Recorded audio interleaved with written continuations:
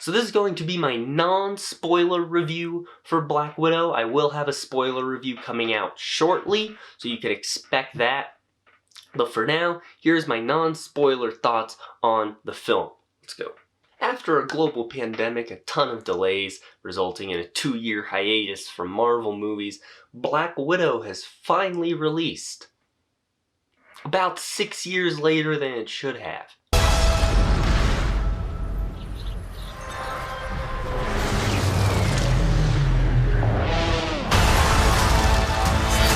One thing's for sure.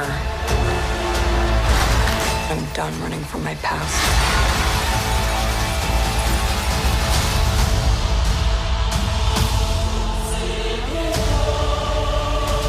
Black Widow is the long-awaited solo film about Scarlett Johansson's Natasha Romanoff. In this movie, she finds herself on the run by Secretary Ross, played by William Hurt, after she let Cap and Bucky escape in Civil War. This film picks up not long after that movie, and then she's swept up in an adventure that causes her to reunite with her surrogate family and revisit her past. Now, this movie was not great, but it wasn't bad either. It was just right in the middle, and that's what I needed. It's a self-contained story, and this has nothing to do with destroying the planet or all of humanity as we know it, like a lot of the recent Marvel movies have been about. It was a nice breath of fresh air, and while I thought it was good, I do have some big issues with it that we'll get into here in a few minutes. First off, let's talk about Scarlett Johansson. It's not a spoiler to say that this is her last appearance as Natasha Romanoff, considering that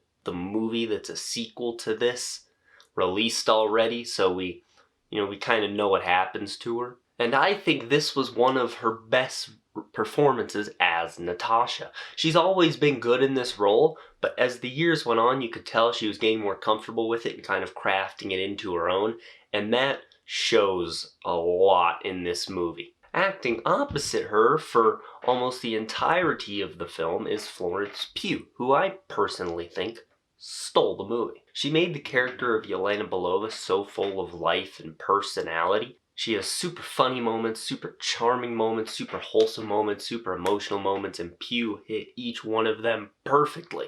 I knew she'd be good. I didn't expect just how good she would be. I also didn't expect how present in the movie she would be. David Harbour and Rachel Weisz are interesting. They aren't in the movie all that much, and they don't really get anything to do.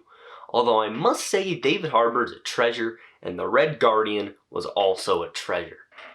But, just do something with them. They really didn't do much. Sometimes I wondered why they were in this movie.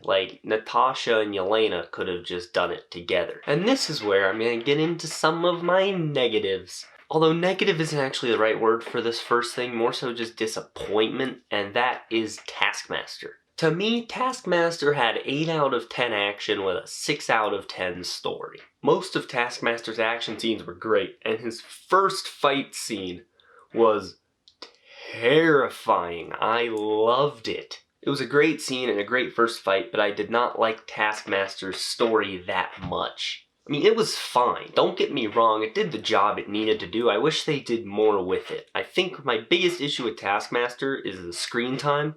They do not give that character enough screen time to fully flesh it out. And considering how important Taskmaster is to both Natasha Romanoff's story and the overarching story as a whole, you would think they'd want to flesh out that character more, but Taskmaster kind of shows up and just does some things and then will leave for a good chunk of the movie, then show up and do a few more things. In fact, I think there was a point I was sitting there for an hour. I was like, I have not seen Taskmaster in a long time. There was something involving that character that when it happened, I was like, huh. People are gonna be pissed. Overall, was Taskmaster a good villain? Yeah, I just couldn't help but be disappointed with some of the things they chose to do with that character. There's a lot of action in this movie, and a lot of explosions. Sometimes Michael Bay level explosions. I wish both had been toned down by a good amount. And some of the things that happen are covered in such a thick layer of plot armor that it took me out of the movie. Yes, the franchise with the purple ball sack collecting glowing stones to turn half the universe to dust didn't take me out of it, but the spy thriller about a non-super powered woman did. Natasha should just join Dominic Toretto's family because she cannot die, at least not for another 7 years. She takes so many hard hits, so many falls, and so many beatings that she just gets up from. At one point she falls 20 stories, lands on her feet, and just keeps walking.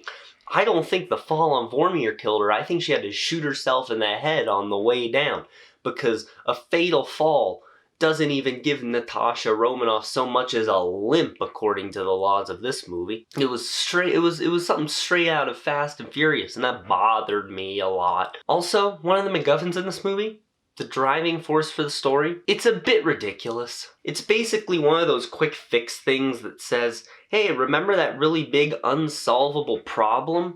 Well, I have the solution to it. I acquired that solution off screen, so now let's spend the next 2 hours finding the right moment to use it. It's dumb. I don't like that kind of storytelling. It seems kind of cheap to me. It's not in the movie all that much though. Like, the movie doesn't rely so heavily on that thing that it like bogged it down, but you see it a bit at the beginning and you see it like a bit near the end. And I'm just like, oh, that's right, this thing exists. The movie is super funny though. I was not expecting that. There were a ton of super funny jokes that do not take away from any of the drama. And I think that's important, and it's something a lot of recent Marvel movies have struggled with. Black Panther, Ant-Man the Wasp, Captain Marvel, Endgame, Far From Home, they all made the mistake of frequently sacrificing drama and emotion for a cheap joke. This movie does not do that. It is very smart in that when